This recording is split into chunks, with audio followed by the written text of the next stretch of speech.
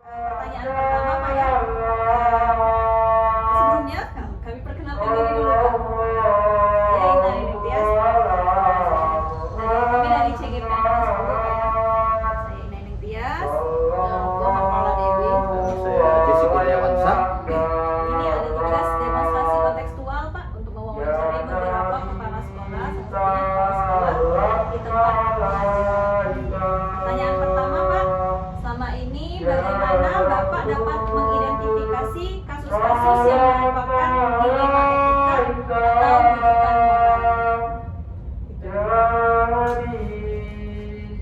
Yang pertama, kalau kita mengidentifikasi permasalahan-permasalahan yang merupakan dilema untuk mengambil suatu keputusan, tidak arti dilema. Kalau dilema itu artinya tidak bisa diambil sekaligus untuk suatu kebijakan, karena ada antara dua sisi itu sama-sama memerlukan kebijakan-kebijakan yang memang benar-benar yang harus diambil sesuai dengan kebiasaan. Nah, kalau cara mengidentifikasi persoalan ini tidak lain dan tidak bukan dari masukan-masukan dari beberapa guru atau stakeholder, baik itu dari pemimpin OSIS, kemudian dari wali kelas, kemudian wali kelas langsung keseluruhan, dan kemudian dibicarakan secara bersama-sama apabila ada persoalan-persoalan yang memerlukan pengambilan kebijakan yang ada sikap di dalam itu. Jadi itu. Jadi karena identifikasinya itu adalah merupakan dari hasil masukan-masukan dari stakeholder yang ada, dari guru TV, pelajaran, wali kelas, kemudian dari Masukan yang ada itu diidentifikasi kasus-kasusnya. Kemudian Bapak, selama ini bagaimana Bapak menjalankan pengambilan keputusan di sekolah ini, terutama untuk kasus-kasus di mana ada dua kepentingan yang sama-sama benar atau sama-sama mengandung nilai kebajikan? Nah, kalau selama ini yang kita ambil itu dengan sistem win-win solution, artinya keputusan kebijakan yang kita ambil itu tidak ada satu pihak pun yang merasa dirugikan. Tapi dengan kata lain kita harus tetap berpijak kepada keputusan dan ketentuan serta peraturan yang ada. Jadi dengan peraturan yang ada, kemudian petunjuk, kemudian petunjuk dari atasan. Jadi dengan berpatokan kepada itu. Jadi dengan sistem solution, Bisa tidak ada yang pihak yang dirugikan. tetapi kita tidak memisahkan peraturan dan ketentuan masih berpijak. Kemudian Pak, ini adakah langkah-langkah atau prosedur yang Bapak lakukan yang biasa dilakukan selama ini?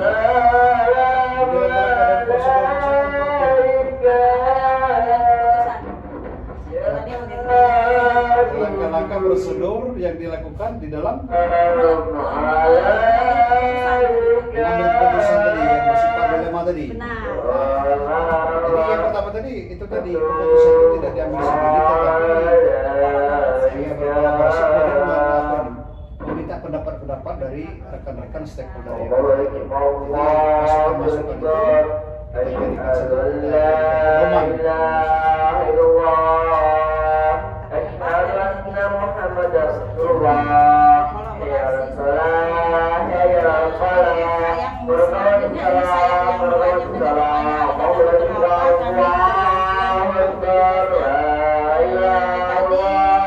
Yang pertama tadi dua sisi memerlukan kebijakan berkolaborasi, caranya kemudian yang kedua win-win solution tadi. Langkahnya yang ketiga berkolaborasi dengan setiap stakeholder itu cukup bagus. Ada lagi pertanyaan ini Pak, hal apa saja yang selama ini dianggap efektif dalam pengambilan keputusan terhadap kasus-kasus dilema etikanya? Yang paling efektif itu ini, kita untuk mengambil suatu kebijakan itu dengan memperhatikan hasil-hasil pembinaan sebelum kita melaksanakan kebijakan itu. Artinya apabila ada suatu siswa yang bermasalah atau siapapun stakeholder yang bermasalah, kita adakan pembinaan terlebih dahulu. Dengan beberapa kali mengadakan pembinaan dan kemudian kita berikan solusi-solusinya. Tetapi karena mungkin sudah menyangkut masalah etika dan moral ya, yang tidak bisa teratasi lagi, baru kita ambil suatu tindakan. Jadi harus dibina dulu lah, langsung di ini kan udah. Yang pertama pembinaan, kedua solusi, baru yang terakhir tindakan itu Pak ya. Untuk selanjutnya, hal apa saja yang selama ini merupakan tantangan dalam pengambilan keputusan pada kasus-kasus dilema etika ini Pak, tantangannya? Ya tantangan tadi kita masih banyak mempertimbangkan pihak-pihak yang di luar dari dunia pendidikan. Jadi termasuk ada, sebelum kita mengambil suatu tindakan itu mungkin di dalam pengambil kebijakan pun, yang ikut di dalam pengambilan kebijakan pun, dia ini masih ada ikatan-ikatan hubungan kekeluargaan, kan itu yang jadi dilema tadi. Tetapi itu kalau pun sudah final, ya sudah kita berikan pengarahan, kita berikan solusi-solusi supaya dia berubah. Kalau memang tidak pasti berubah, apa berubah? Ya kita ambil tindakan sesuai dengan prosedur yang ada. Karena yang di dalam ada hubungan kekerabatan dengan pengambil kebijakan ini, termasuk dengan saya sendiri. Dengan wakil. Dengan solusi terakhir Nian itu Pak, yang terakhir itu tindakan sesuai dengan peraturan yang berlaku. Selanjutnya ada lagi, apakah Bapak memiliki tata cara atau jadwal tertentu dalam sebuah penyelesaian kasus dilema etika? Tata kala atau waktu, tata cara. Jadi apakah Anda langsung menyelesaikan di tempat? Apakah Bapak langsung menyelesaikan di tempat atau memiliki jadwal itu Pak?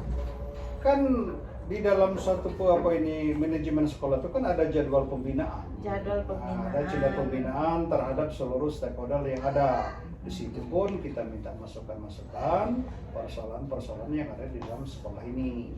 Dan kemudian juga kita mengevaluasi sudah sejauh mana ya mereka yang kita tunjuk untuk menginventarisasi, menyelesaikan persoalan-persoalan yang kecil tadi, sejauh mana mereka sudah menyelesaikan persoalan ini dengan baik. Oke Pak, terima kasih banyak wejangannya. Dilanjut dengan Pak Jason. Ya, ini Pak Haji. Jadi tadi sudah luar biasa dari semua jawaban yang diberikan dengan rekan kami. Nah, melanjutkan dari kolaborasi yang sudah Pak Haji lakukan dengan rekan-rekan, dengan stakeholder yang ada. Di sini ada lagi pertanyaan yang timbul Pak Haji. Seseorang atau faktor apa yang selama ini dapat mempermudah atau membantu Pak Haji dalam menentukan atau mengambil keputusan saat terjadi dilema etika yang Pak Haji lakukan tadi Pak Haji? Yang pertama itu kita berpatokan kepada dengan peraturan-peraturan dan perundangan yang berlaku. Yang kedua konsultasi dengan atasan. Jadi dari hasil dua itu kita bisa menyimpulkan apa tindakan yang kita harus ambil. Jadi harus ada konsultasi dengan pimpinan. Berarti koordinasi dulu Pak Haji ya? Jelas lah, kita kan ada atas. Koordinasi, oke, alhamdulillah. Nah ini yang terakhir Pak Haji. Dari semua yang telah Pak Haji sampaikan tadi, pembelajaran apa sebenarnya yang dapat Pak Haji petik dari pengalaman yang selama ini Pak Haji ambil keputusan itu yang menjadi dilema etika dan bisa menjadi pembelajaran juga untuk kami ke depannya nanti Pak Haji? Artinya begini, sebelum kita memberikan suatu tindakan atau mengambil keputusan, kita harus mengadakan pembinaan dulu, ya, dan kemudian kita memberikan solusi-solusi terhadap suatu persoalan tersebut. Tetapi apabila solusi atau persoalan tersebut tidak jalan, kemudian tidak bisa dilaksanakan, ya maka baru kesimpulan yang terakhir kita ambil sesuai dengan keputusan yang ada. Jadi intinya itu harus dibimbing dulu lah, dibina dulu. Tapi kalau sudah batas maksimalnya, Tadi- dibinasakan. Wawancara. Kalau dibinasakan. Tetapi yang jelas supaya tidak ada pihak yang dirugikan dalam setiap pengambilan Itu kan keputusan. selalu tadi ya. kan, makanya Iya. dalam rapat itu selalu modern. Ah. Kita harus punya dokumen loh. Iya benar-benar. Harus ada dokumen. Jadi sekarang ini apalagi di dalam suatu mengambil kebijakan kita tidak boleh bermain dengan sistem bullying. Baik bullying benar. melalui fisik maupun bullying melalui perkataan ya, Hmm. maupun bullying melalui sikap. Oh, Tapi oke. kita melaksanakan melaksanakan pembinaan tetap dengan sistem administrasi. Jadi data ada Pak Haji ya? Data Semua lah. data, berarti sekarang itu harus ada data. Makanya Oke. foto Data dan ada, dokumen. panggilan ada, kalau Iya, semua itu betul. lengkap, alhamdulillah sudah berapa tahun di sini, alhamdulillah. Iya. Jadi tidak ada yang komplain sampai Ya, kemana-mana kan Pak Haji ya? kita sudah punya. Iya betul, alhamdulillah. Oke, Ibu Ina. Mungkin sudah Pak ya. Hmm. Terima kasih Pak Haji Naharudin sudah menyempatkan waktunya melakukan sesi wawancara kami kali ini. Kami harapkan nanti bisa bermanfaat di kemudian hari bagi kami, terutama ya Pak ya. Terima kasih atas waktunya Pak. Assalamualaikum warahmatullahi wabarakatuh. Waalaikumsalam warahmatullahi wabarakatuh. Jadi ini kan kamu, ya mati. Iya. Ini kan sudah wawancara seperti itu. Keesokan harinya,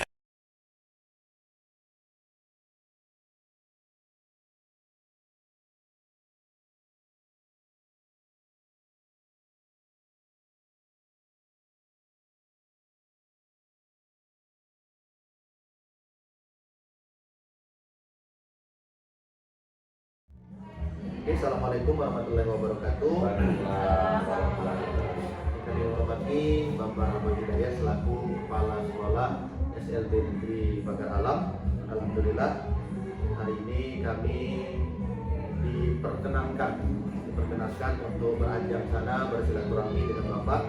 Sebagaimana kami mengkonfirmasi kemarin bahwasanya Bapak bisa untuk bersama dengan kami dalam wawancara untuk tugas CGP Angkatan 10 ini.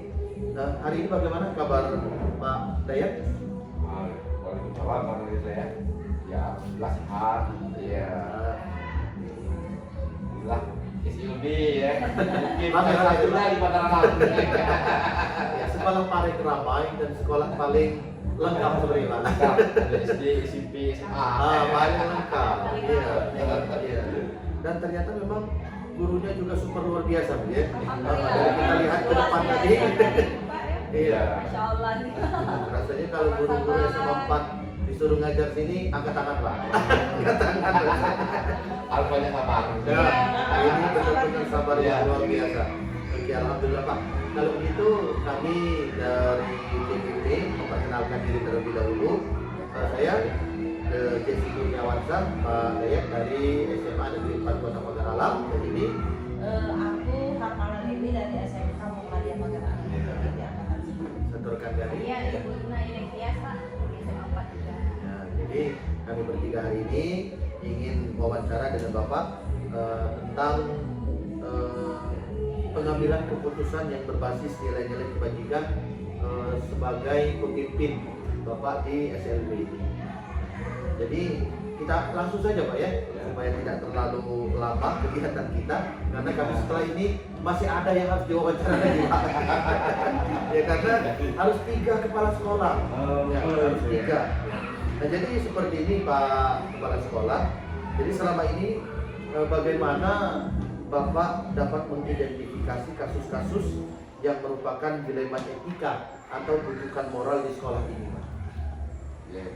Yang pertama, kalau kasus-kasus memang berat, nah, yang ringan dulu lah, yang ringan kita selesaikan secara apa namanya kekeluargaan lah. Oh, Gitu ya. family dulu Pak. Kami Ya, benar-benar. kekeluargaan kalau memang itu bisa diselesaikan, dipanggil kalau memang kasus itu diselesaikan cepat supaya jangan berlarut-larut. Oh benar-benar. Kalau memang kasus itu besar, kita rapatkan.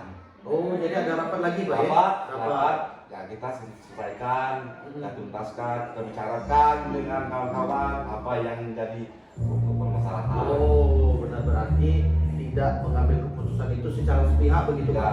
Ya, ya. Masya Allah, berarti benar sebagai pemimpin Bapak tadi langsung mengajak kawan-kawan yang lain. Iya, Oh alhamdulillah. Berarti ketika kasus itu sudah dirapatkan dengan kawan-kawan yang lain, bagaimana Bapak menjalankan pengambilan keputusan itu Pak? Terutama untuk kasus-kasus di mana kalau ada dua kepentingan yang sama dan sama-sama benar serta sama-sama mengandung nilai kebaikan Pak. Yang pertama ya kita utamakan kepentingan sekolah. Oh iya benar. Kita dari kepada stakeholder kita bagaimana kepentingan sekolah ini, apalagi kita di SLB ini sekolah yang luar biasa memang harus biasa. gurunya harus Luar biasa ada juga. pendamping. Kalau tidak siswa tersebut lari kemana-mana. Nah, itu ya. Benar. Jadi ya walaupun itu dicarilah solusinya kalau memang ada masalah. Kan misalnya kami ini ada kelas 1 itu ada 2 lomba, 1A, 1B. Kalau misalkan gurunya berhalangan, yang satunya bisa mengendong pakai Nah kemudian Pak, langkah-langkah atau prosedur yang seperti apa yang biasa Bapak lakukan selama ini Pak dalam mengatasi dilema etika, baik yang terjadi itu mempunyai kepentingan yang sama-sama benar dan mempunyai nilai sama-sama baik begitu Pak, sehingga Bapak harus milih. Nah jadi prosedur mana yang biasa Bapak lakukan? Ya, yang pertama kita kan sebagai kepala sekolah, istilahnya juga kita kalau ada guru misalkan yang bermasalah datang terlambat, tanya kalau memang kita tanyakan kepada guru tersebut kalau memang alasannya ya anaknya sakit, Oh benar atau keluarga yang meninggal, kita juga sering sekolah manusiawi. ya benar. Itu yang kedua kali ya kita mungkin hal juga. Yang kedua kali misalkan ada di terlambat, misalkan anaknya ya ini yang tidak berdasarkan ya istilahnya itu dengan kesalahannya dan alhamdulillah dan seterusnya ya, jangan sampai yang ketiga kali diulang lagi. Kalau yang keempat sudah terulang lagi masih saya buat SP1 ya. Peringatan dulu. Peringatan. Ya benar. SP2, SP3. Tapi alhamdulillah tidak sampai SP2 ya. Pertama saya di sini hampir 3 tahun cuma batas SP1. SP1. Berarti Alhamdulillah. peringatan itu benar Pak, berjalan ya. Jalan ya. Oke, berarti kalau dengar dari pembicaraan tadi Pak ya, kalau misalkan ada masalah dari guru yang pertama diwawancarai, cari tahu alasannya, kemudian dibina dulu, kalau sudah harus di ST gitu Pak ya, seolah-olah sungguh bijaksana sekali Pak. Kemudian untuk selanjutnya Pak, hal apa saja yang selama ini Bapak anggap efektif untuk pengambilan keputusan itu? Hal yang efektif dalam keputusan itu ya kerjasama. Oh, kerjasama ya? Kerjasama seluruh stakeholder, dibagi tugas sehingga mereka mengerti apa yang mereka kerjakan. Tugas, ya. Sehingga mereka tahu dengan tugas masing-masing, berarti langkah-langkahnya atau ini yang pengambilan keputusan tadi melihat kebutuhan dibagi lagi apa namanya itu tugas gitu Pak ya yang efektif. Selanjutnya hal apa yang selama ini menjadi tantangan Pak dalam mengambil keputusan dilema etika ini? Yang menjadi tantangan ya, yang pertama dulu saya pernah masuk ke sini ya, mungkin orang tua siswa ini banyak mengeluh anaknya, istilahnya guru-guru ini tidak peduli dengan anaknya, Komplain lah komplain ya. Oh itu yang jadi Tantangan yang pertama itu. Jadi ya saya komunikasi terus dengan wali murid, saya berjanji dalam tahun-tahun tidak ada perubahan, saya akan mundur dari sekolah sini. Nah, itu jangan saya.